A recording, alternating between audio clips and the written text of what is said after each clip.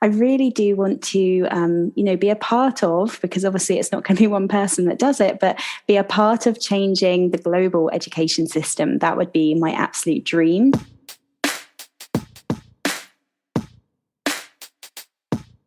I'm a really big sort of advocate for the sort of method of teaching where you don't give the facts to the children and expect them to internalize them, learn them, and then get tested on them. I called it a tutor challenge, and then you coined the phrase Tutor-thon. I was like, well, that's stuck, hasn't it? Actually, as educators, it's not really a ladder that we're on anymore. We're not just going into the classroom, climbing the ladder and leaving at the end and retiring. It's like a web,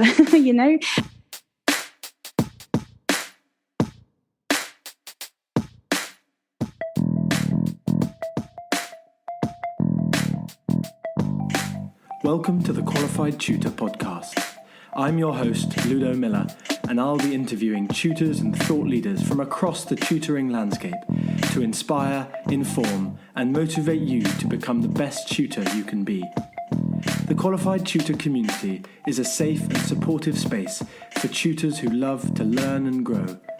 We offer training, resources, ideas, and a chance to connect with like-minded tutors. If you'd like to continue the conversation, join our Qualified Tutor community at www.qualifiedtutorcommunity.org or find it in the show notes. Welcome to this special episode of the Qualified Tutor Podcast. Special because it is our final episode before the biggest event probably in Qualified Tutors history, which is the Love Tutoring Festival coming up on Monday, the 28th of June. My name is Ludo Miller, host and director of the Love Tutoring Festival, and a huge welcome today to the quite incredible Lucy Spencer. Hey Ludo, how are you? Thanks so much for having me. Not a problem at all. And Lucy, amongst the most intense schedule that you've probably ever had, thank you so much for joining us on the podcast. As many of you will know, Lucy is embarking on a pioneering, on an ambitious adventure this World Tutors Day, July the 2nd. The world's first ever 24-hour Tutor-thon, in which Lucy will tutor in 30-minute windows every hour for 24 hours to raise money for the charity Creating Better Futures, who we'll find out a little bit more about in just a second. Lucy is also founder of the Education Boutique and vice president of the Tutors Association, and has been tutoring internationally for well over 5 years now, which is longer than most. So this places Lucy in an amazing position to understand the needs and the cultures of students abroad, as well as bringing her background in teaching to the tutoring profession. Now, today, we will be diving into what World Tutors Day really means for tutors and students all around the world, and into what Lucy's hoping this extra special event will achieve in both the short and the long term.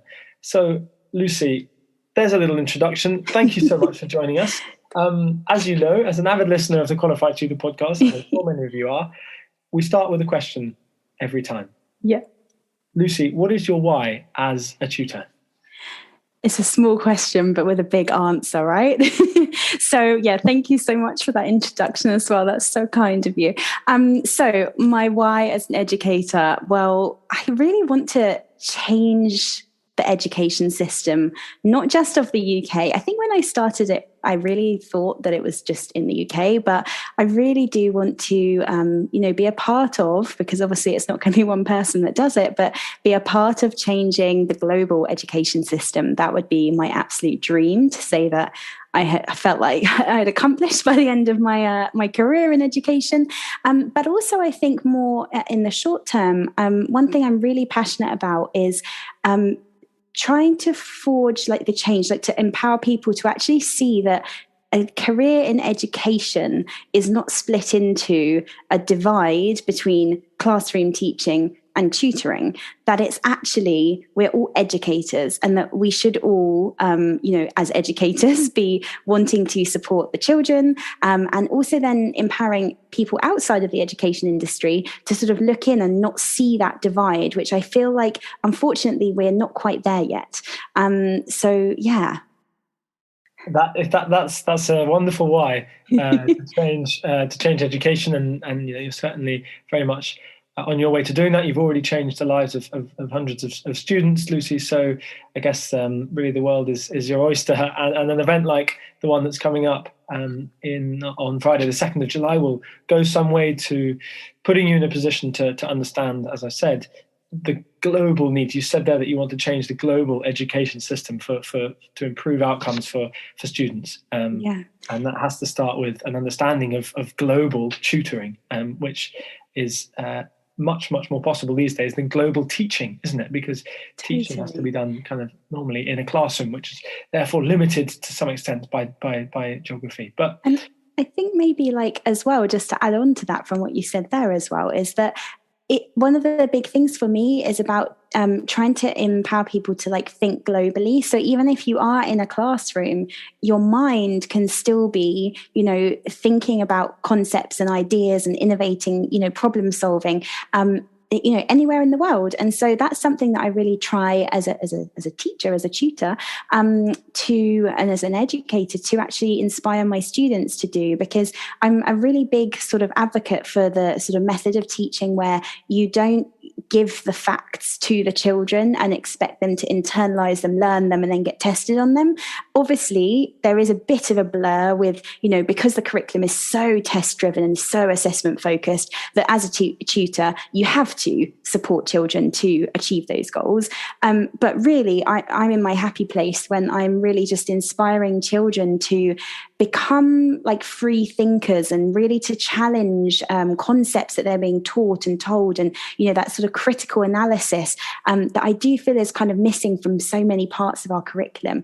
And so for me, it's more about the energy of the sort of teacher and child relationship, or educator and child relationship, would be one of more working in tandem together, as opposed to the child having to sort of do what's being asked. And as someone who works with children with PDA, which is pathological demand avoidance syndrome, where every demand we place on a child can cause extreme anxiety in their response, it's just a principle that I think just allows us as educators to deliver high quality learning to all students, just assuming that every time you ask for something to be done, without a why, or without a sort of you're just there's so much sort of box ticking and things like that in education. So that's one of the things that more sort of on a sort of deeper level, I would love to inspire my students and teachers to do as well. Yeah, and if we can, as you say, inspire a new generation of tutors to think and act like that, then we are preparing students for a world in which, exactly as you say, in which instead of giving answers, or instead of expecting answers, because part of giving answers therefore later on is then expecting those answers to be given to you, which as we know, that's not really how the world works, isn't it? You don't expect answers to be given to you just like that, just like they are in a classroom perhaps. Really important point there. So a tutor-thon. I would suspect that a large proportion of our listeners couldn't tell you what that is. So, Lucy, please, a tutor-thon. What's that? Well, Ludo, you're the one who made up the word, so I should ask you this question. Okay, I called it a tutor challenge, and then you coined the phrase tutor-thon. I was like, well, that's stuck, hasn't it? I think you could, just about.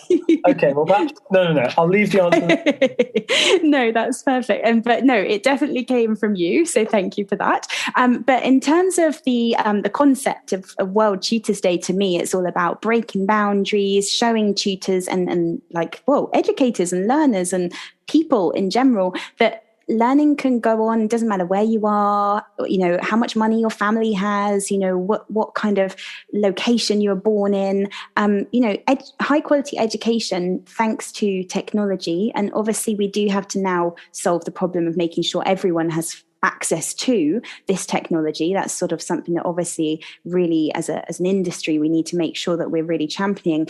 But it's all about breaking boundaries. And so when I started thinking about something cool that I could do to mark, the World Tutors Day on the 2nd of July, I was just like, yeah, I mean, it actually was the COVID experience that gave me the idea of it, because during COVID, so many of my clients are international and their schools closed, so I was educating in person with a family, and we were sort of going around all different places. I was in like Dubai, I was in Austria, I was in Miami, I was like all over the world. But then I was educating children all over the world from there.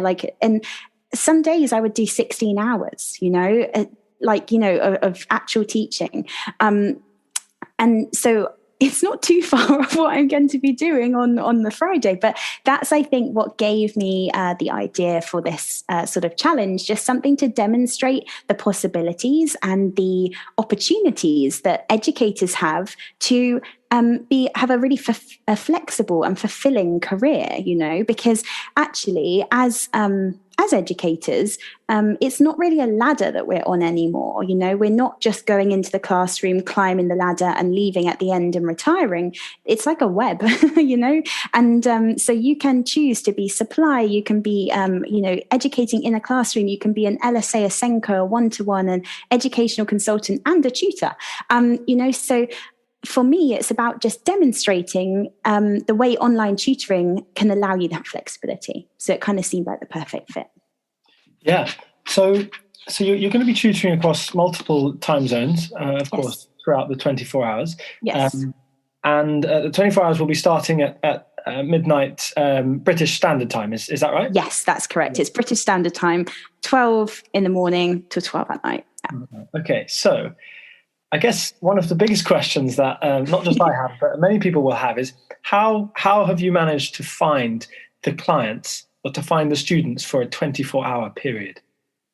It's a really good question. It wasn't actually a big task at all. It sounds like maybe there was a lot more work in it than actually there was. So I won't pretend that it was a really arduous task, and well done me for doing it. I just looked down my client list, and I work with families who are quite transient around the world. And so actually for me, looking down the list, it was, yes, you've got a few crossover countries where you've got a couple of clients in, sort of certain hotspots and areas where there are lots of a real want for, for tutoring. But yeah, it was just through like client lists. And yes, okay, I did say to a couple of people, hey, and if you've got any, these are the countries that I'm ticking off so far. If you know anyone in any other countries, and you wouldn't mind passing me on, and they wouldn't mind having a little lesson with me on this day to help me tick off some more countries, then that's great. But actually, the 6 continents were just done through my own client list, and unfortunately, we can't do Antarctica. And this is showing a misconception for my own geographical understanding. I'm not going to sit here and pretend that this wasn't the case. I actually thought that there was only 6 continents in the world. I didn't think Antarctica was its own one. And I think that is kind of a common misconception. So there we go. It's also allowed me to grow and learn something with my own geographical knowledge as well. Tutor, yeah, exactly. The international tutor who's not heard of Antarctica as a continent. I know, isn't that awful? But anyway, there we go. We're there. Perhaps we don't want students in Antarctica. We know obviously that it's I do, because then I can say that I've done 7 continents. It's a climate sensitive area, of course. True. But no, one day we will find a student who needs a bit of help with their work, who is based. Yes. Yeah. Or maybe we can just cajole someone flying to Antarctica so I can do a lesson with them. Or maybe I'll go and maybe that's the idea for next year. Maybe I'll go and do the Tutor-thon from Antarctica. There we go.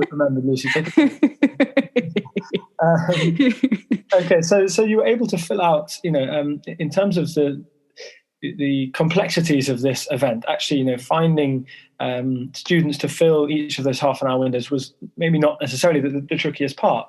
So I guess another one of the areas that people may assume that this is going to be, one of the ways in which this is going to be a very arduous event is is that, you're going to be doing half an hour sessions, half an hour sessions, half an hour on, half an hour off. Can you just talk a little bit more about that structure? What does half an hour on, half an hour off really mean for your teaching? Yeah, I mean, I had to look at how I thought I would actually be able to function in my own self at the best during the time, because obviously I want the lessons to still be fantastic and, engaging. So that was the way that I thought was best. I didn't want it to be an hour on, an hour off, because an hour is quite a long time, having an hour of sleep or doing some exercise or whatever, that's actually quite a long time. So I didn't really see that as so much of a challenge, because I've done 12 hours of tutoring in a day before. And, so to me, that wasn't really so much of a challenge. So I thought, I did think about maybe doing 45 minutes and 15 minutes, but I thought, that's going to take its toll by the end of the day. I don't really think that's so sensible. And it's very important just to mention that I'm not trying to glamorize overworking, because I do know that that's a really sensitive, subject within the industry and everything. And I'm really not, I really do genuinely just love teaching and tutoring. It doesn't sap my energy. I really don't think it's, I don't know. You don't know what how your body's going to react to something that you've never done before, right? But I know that I just get this real buzz when I'm teaching. And so you get the adrenaline is probably going a little bit. And, when you get that sort of satisfying feeling when the child's really understood something, or you're doing, it's important to say, I'm not just going to be teaching children. I'm also going to be, coaching as well sometimes. So, when you're coaching adults or teaching English as an additional language, it's a real buzz, when they're happy and when they're like, oh yeah, I really get it now. So kind of, I think it's going to be fine. How many of those are you going to get? You need to keep a tally of how many. Oh. Yeah. And I think one of the other things that someone was saying to me the other day is like, you should be thinking about how much time you're talking and how much time your learners are talking, because that will then obviously demonstrate the fact that your teaching method is more about the students, like as sort of you facilitating rather than always being, talk and chalk kind of thing. So I think that's also an interesting thing. I'm going to see if there's any way that we can collate that data as well.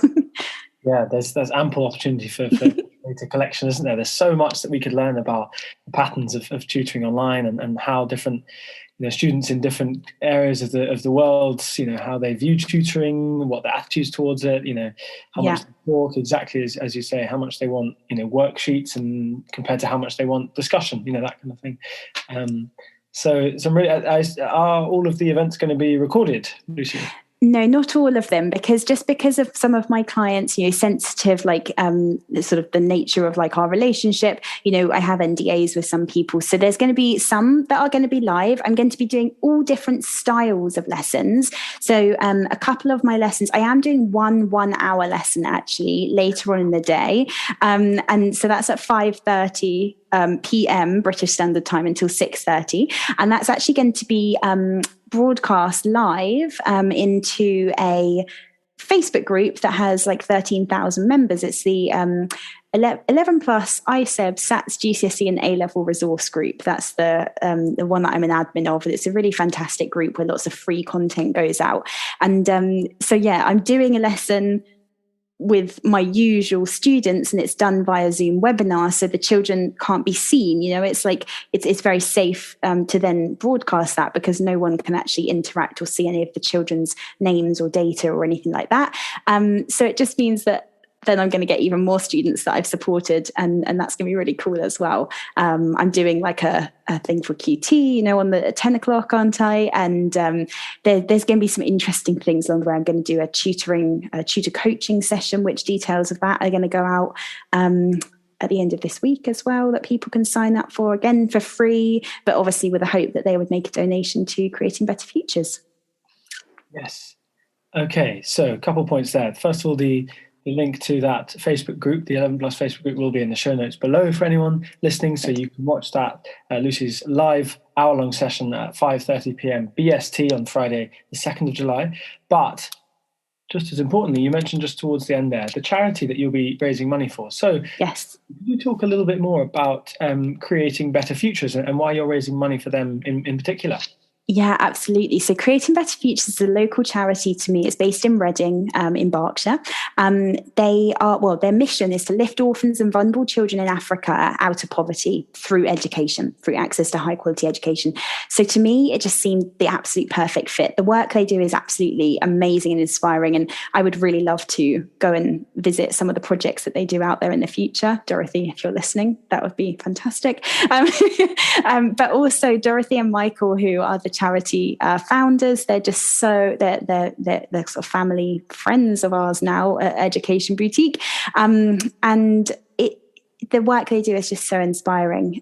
Dorothy is just like, I heard her speak once and I was just like blown away by her passion and her dedication. And, particularly a lot of the students that they support are in Zimbabwe. And that's an area where, they really do need the help, but the work ethic of the children is just so incredible.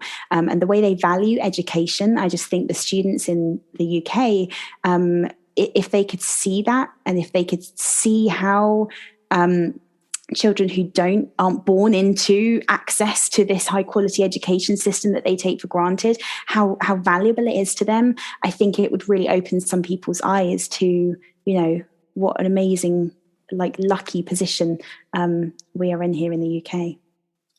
Yeah, exactly. And students and parents in the UK being able to tune into this Tutor-thon will be able to keep up to date with the kind of sessions you're having around the world. And as you say, if the only thing that's achieved through this is that we those who witness this event are given a greater worldly view and are able to see education in an international light, then that would be a real success, let alone the money that you raise and the kind of inspiration you give to other tutors to jump online and to take their services kind of abroad.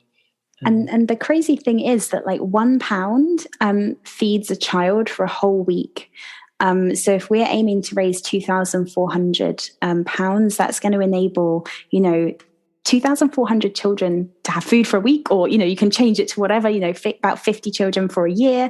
It's going to be incredible and I think some of my students, when I've shared that fact with them, have been so shocked. They're like, but I spend £1 at the sweet shop, or whatever. And you're just like, yeah. So maybe, no. The children can keep their pounds for their sweets, but at the same time, it's just a really quite shocking, I think, fact that that support can be offered to these children for so little when we all have so much. Yeah, and you can find, again, God, the show notes are going to be absolutely packed. You can find the show notes, you can find the Just Giving link to Lucy's sponsored Tutor-thon in the show notes as well, which the proceeds will be going towards creating better futures. And there's some really stark numbers there that Lucy gave that should give you some encouragement to join in and follow the 24 hours and follow creating better futures in the future, as it were.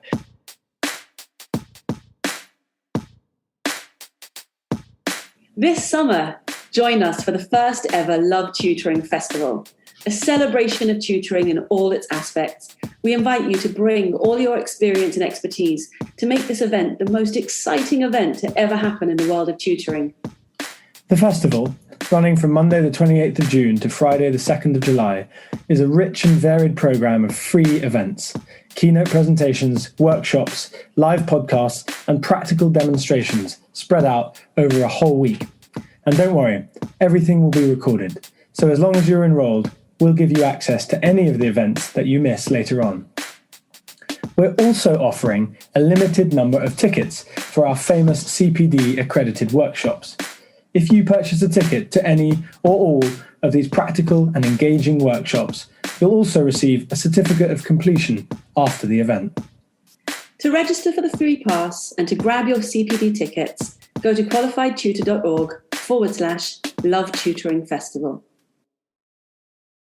Lucy, we've talked a good deal there about the more of the details of the event, about your objectives for the event and for the reasons why you're running this day.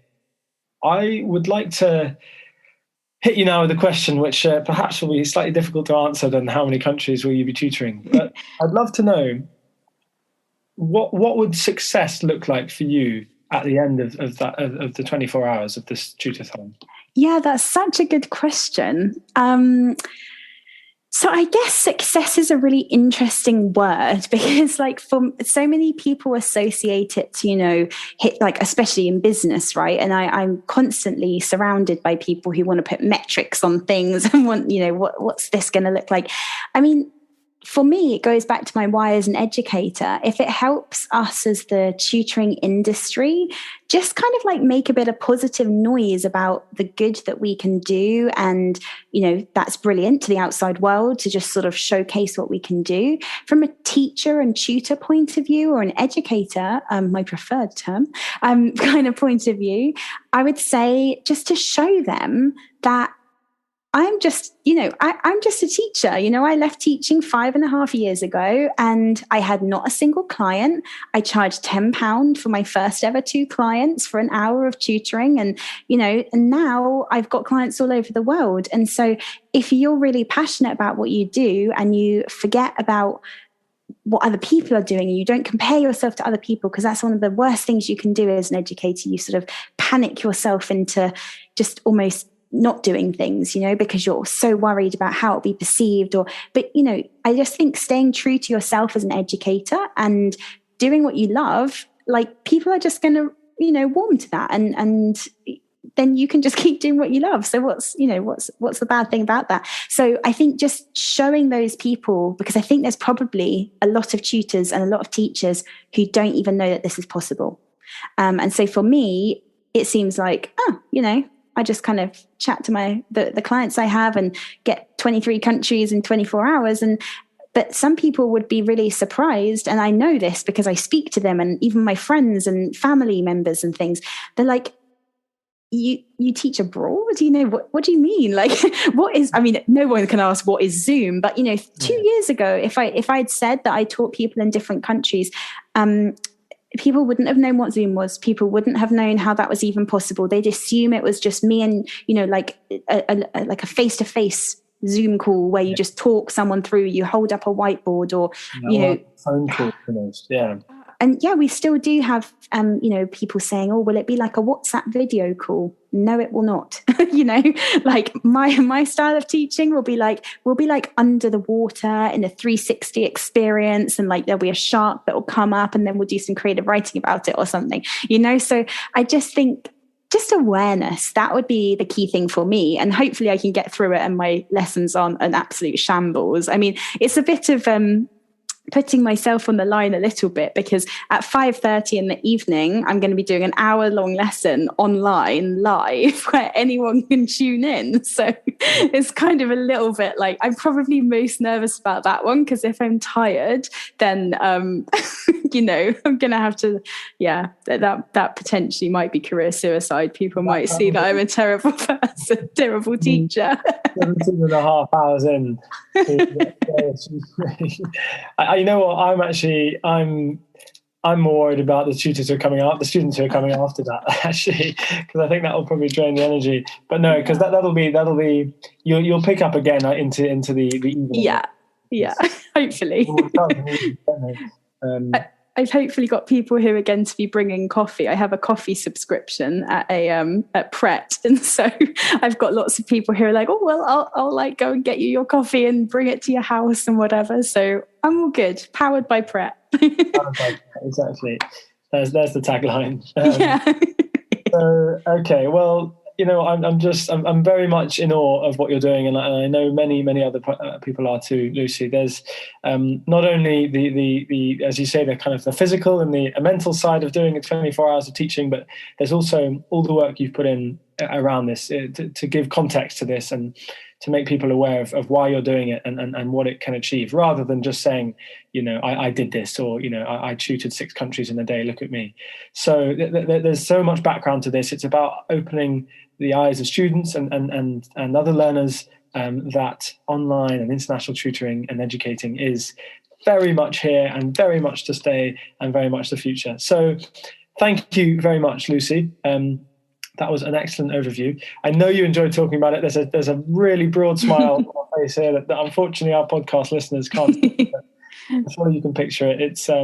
It's wonderful to see, and of course you can catch Lucy at the Love Tutoring Festival, not only on the Friday when she'll be delivering a half an hour session in the morning, but also on the Thursday morning, Thursday the 1st of July, as part of the Small Group Online Tutoring CPD-accredited workshop alongside Julia and alongside Holly Billinghurst. So that's going to be a wonderful event, given that so many people nowadays do both those things, group teaching and online teaching. So those are the two places you can catch Lucy. You can also catch her on the Education Boutique website, on the 11 Plus admin and resource group on Facebook, on the World Tutors Day link, the Just Giving page. There's so many places. They'll all be in the show notes. LinkedIn. And of course, and on Clubhouse, which is our new yes. favorite app. So so many places to find out about Lucy, but none better than the Qualified Tutor podcast. So thank you, Lucy.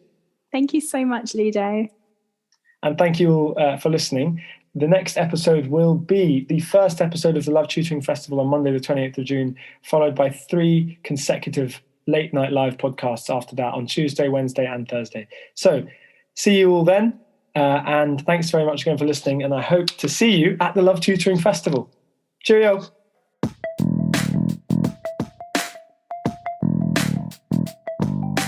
Thanks for listening to the Qualified Tutor podcast, where tutors share their expertise to support the tutoring community. If you'd like to continue the conversation, join our Qualified Tutor community at www.qualifiedtutorcommunity.org or find it in the show notes below. We exist to connect, share, and learn with you, because tutoring is a small job that makes a big difference.